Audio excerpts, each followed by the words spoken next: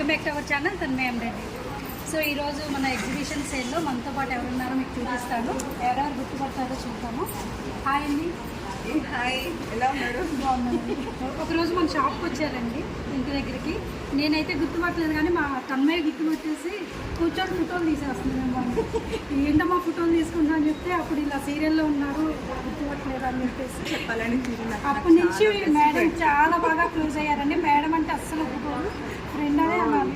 ఇంకొకటి చెప్పాలి విషయం కూడా, నేను శారీ తీసుకుని కూడా వేద కలెక్షన్స్లో తీసుకున్నాను. నిజంగా క్వాలిటీ కానీ మెటీరియల్ కానీ చాలా సూపర్గా ఉంటుంది.